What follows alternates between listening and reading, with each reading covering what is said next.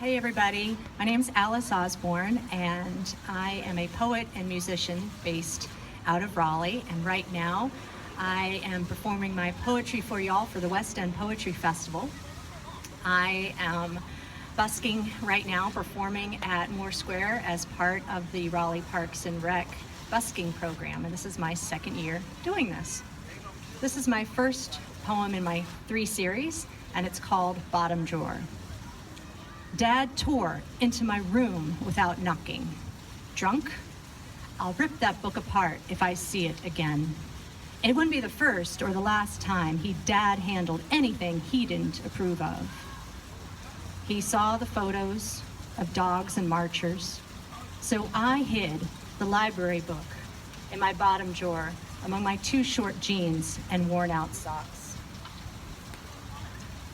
11 years after Martin Luther King Jr.'s death, I'm investigating the fire hoses, Dobermans, black and white people holding hands.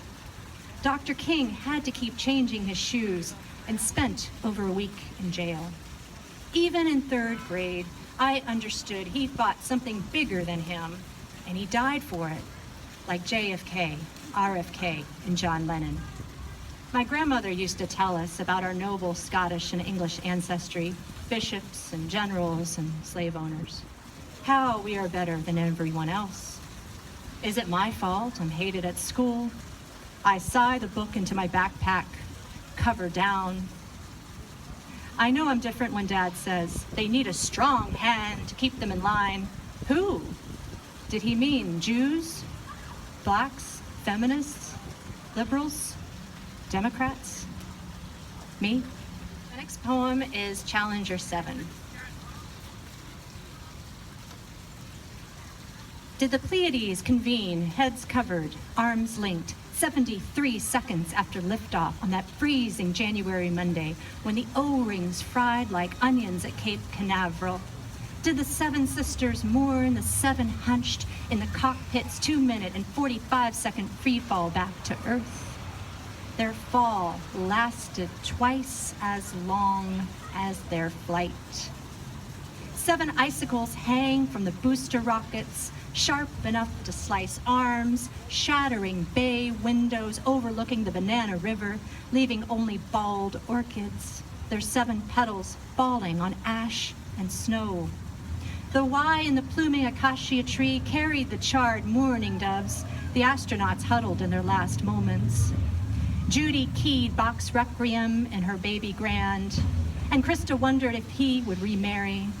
Dick saw his cold knuckles around his grandfather's wood stove, while Ron saw the mouth of the Anon River consuming him like an eel. Greg wasn't with them anymore. No one wanted to be named after a crater on Venus.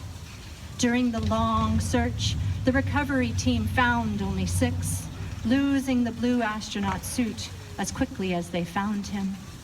The Pleiades prayed for the divers to see a scallop boat gathering the last one home.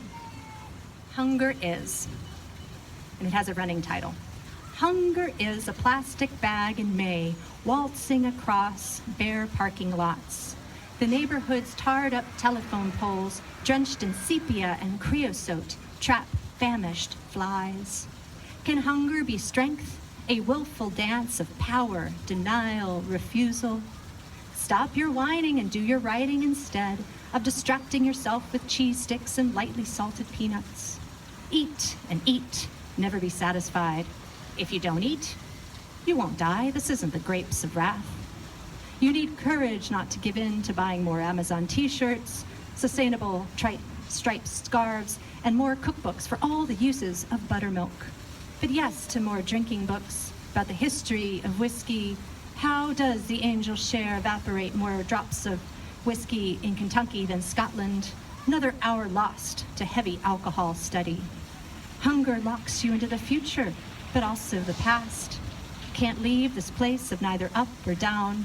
Meditate, contemplate. Without attention, you wither like those angry grapes or starving insects. You don't want to eat silence. You want bacon, fried, please, with the crispy ends covered in pimento cheese. You know, the homemade kind.